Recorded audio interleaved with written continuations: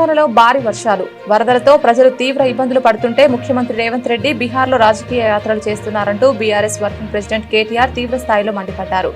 రాష్ట్ర ప్రజలు ప్రాణాలు అరచేతిలో పెట్టుకుని సహాయం కోసం ఎదురు చూస్తుంటే సీఎం మంత్రులు మాత్రం కాంగ్రెస్ అధిష్టానాన్ని ప్రసన్నం చేసుకునే పనిలో పడ్డారని ఆరోపించారు. భారీ వర్షాలతో తెలంగాణ నీట మునుగుతోంది. ప్రాణాలు అరచేతిలో పెట్టుకుని ప్రజలు సాయం కోసం అర్జిస్తున్నారు. సీఎం మాత్రం తీరిగ్గా బీహార్లో ఎన్నికల యాత్ర చేస్తున్నారు.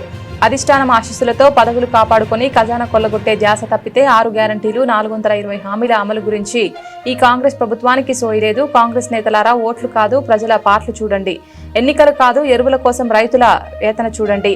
వరదలో చిక్కుకుపోయిన ప్రజలను రక్షించేందుకు యుద్ధ ప్రాతిపదికన సహాయక చర్యలు చేపట్టాలని బీఆర్ఎస్ డిమాండ్ చేస్తోందంటూ కేటీఆర్ స్పష్టం చేశారు.